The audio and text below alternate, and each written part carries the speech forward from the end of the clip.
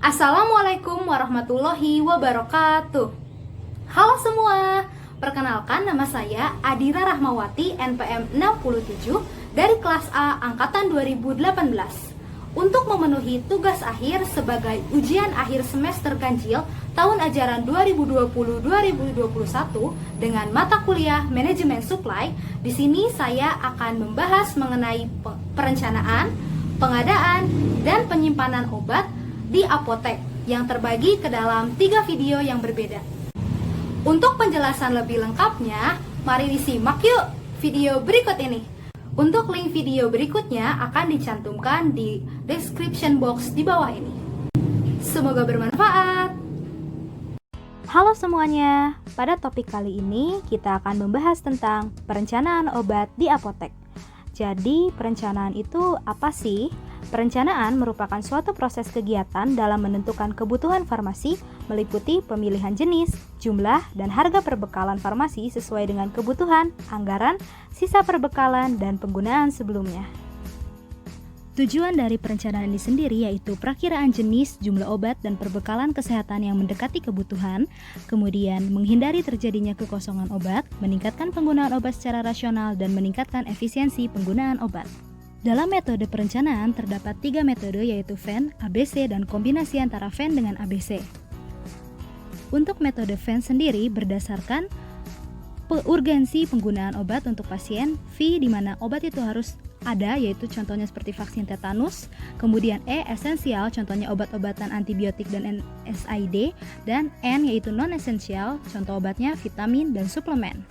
Selanjutnya metode ABC di mana berdasarkan nilai mata rupiah, obat golongan A dengan biaya 70-80% dari total keseluruhan dan stok hanya 15%, obat golongan B biaya 15-25% dengan stok 30%, dan C biaya 5-15%, stoknya 55%. Untuk metode kombinasi merupakan metode yang paling sering digunakan karena efektif dan efisien. Berikut ditampilkan diagram antara kombinasi Venn dengan ABC. Dalam melakukan perhitungan rencana kebutuhan obat, terdapat 3 metode yang bisa dilakukan, yaitu metode konsumsi, epidemiologi, dan kombinasi. Yang pertama, ada metode konsumsi. Memiliki kekurangan dan kelebihan diantaranya.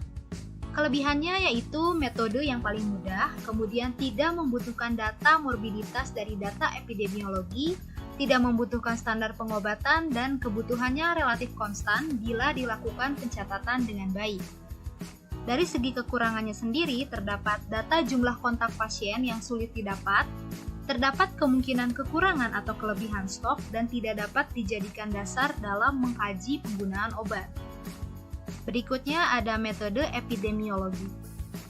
Kelebihannya yaitu waktu tunggu dari pemasok sudah terjadwal, terdapat proyeksi dari biaya farmasi itu sendiri, terdapat pengobatan standar terhadap penyakit tersebut atau beberapa penyakit tertentu, dan ada data faktual tentang pasien serta populasi dari penyakit. Namun, untuk kekurangannya sendiri, data morbiditas tidak tersedia untuk semua penyakit. Pengobatan standar terkadang tidak digunakan secara maksimal dan sulit diprediksi bila ada wabah atau pandemik atau endemik lainnya. Selanjutnya adalah metode kombinasi yang merupakan gabungan dari metode konsumsi dengan metode epidemiologi. Memiliki kelebihan, pencatatan obat yang digunakan akurat, anggaran dan proyeksi biaya terpetakan dengan jelas, dan terdapat pengobatan standar. Untuk kekurangannya sendiri, diperlukan pencatatan, koordinasi, dan konfirmasi yang sangat akurat karena sangat rawan dalam pengadaan dan stok barang. Terima kasih telah menyaksikan video kali ini. Tunggu di video selanjutnya ya. Dadah!